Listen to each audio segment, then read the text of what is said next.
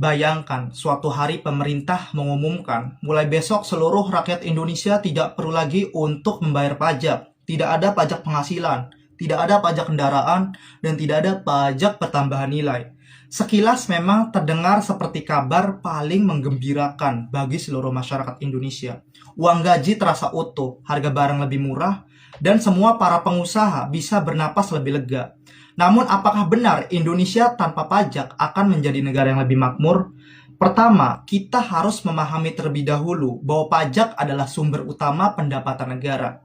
Sebagian besar pembangunan jalan, jembatan, sekolah, rumah sakit, gaji guru, tenaga kesehatan, dan aparat keamanan dibiayai dari uang pajak. Jika pajak dihapus, maka negara akan kehilangan bahan bakar untuk menjalankan roda pemerintahan.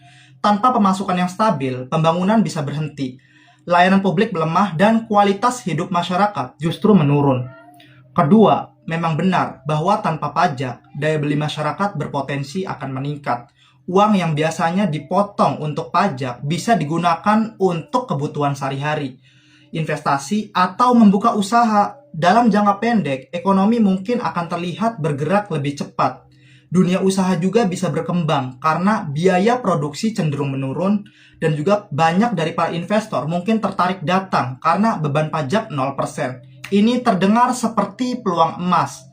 Namun di sisi lain, tanpa pajak, negara harus mencari sumber pendapatan lain. Biasanya negara akan meningkatkan utang, menjual aset negara, atau menaikkan tarif layanan publik seperti listrik, pendidikan, dan kesehatan. Akibatnya, masyarakat tetap harus membayar, hanya saja dalam bentuk yang berbeda. Bahkan bisa jadi lebih mahal dan tidak merata. Ketiga, tanpa pajak kesenjangan sosial berpotensi semakin lebar. Pajak selama ini berfungsi sebagai alat pemerataan. Orang yang berpenghasilan tinggi membayar lebih besar untuk membantu dalam pembangunan fasilitas yang juga digunakan masyarakat berpenghasilan rendah. Jika pajak dihapus, maka mekanisme pemerataan ini ikut hilang. Akibatnya, kelompok kaya bisa semakin kuat, sementara kelompok miskin semakin tertinggal. Selain itu, keamanan dan stabilitas negara juga bisa sangat terganggu.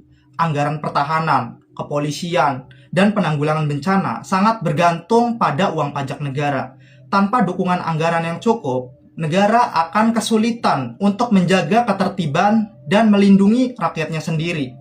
Kesimpulannya, Indonesia tanpa pajak mungkin terdengar sangat menyenangkan di permukaannya saja, tetapi dalam kenyataannya tentu saja sangat beresiko bagi keberlangsungan negara. Pajak bukan hanya sekedar kewajiban, melainkan fondasi utama dalam pembangunan dan keadilan sosial. Tantangan